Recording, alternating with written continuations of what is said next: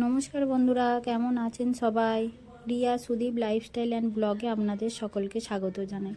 বন্ধুরা, গতকাল রাতে হঠাৎ করেই আমার বরমশাই মাংস নিয়ে এসেছে, কারণ ছেলে খুব বায়না করছিল মাংস খাবে বলে, সেই জন্য মাংস এনেছে। আর ছেলের আর একটা বায়না, মাংস হলেই ও কলা পাতায় ভাত খাবে, কিছুতেই ওকে থালায় খাওয়ানো যাবে না। তাই কলা পাতা কেটে আনা হয়েছে ভাত খাওয়ার জন্য। শ্বশুরমশাই চেখে দেখছেন মাংসটা ঠিকঠাক হয়েছে কিনা। চলুন খাওয়া দাওয়া শুরু করি। দেখতেই পাচ্ছেন আমরা মাংস নিয়ে কলা পাতা সব ভাত বেড়ে খেতে বসে গেছি। আমার ছেলে এই মাংস খাবো না আর ওই মাংস খাবো না ওই করছে, ওর দুটো আলু চাই, মাংস চাই, একটাও খাবে না, তবু ওকে পাতে সাজিয়ে দিতে হবে।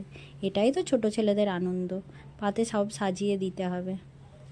দেখুন সবার পাতে পাতেই মাংস চলে যাচ্ছে। নমস্কার বন্ধুরা।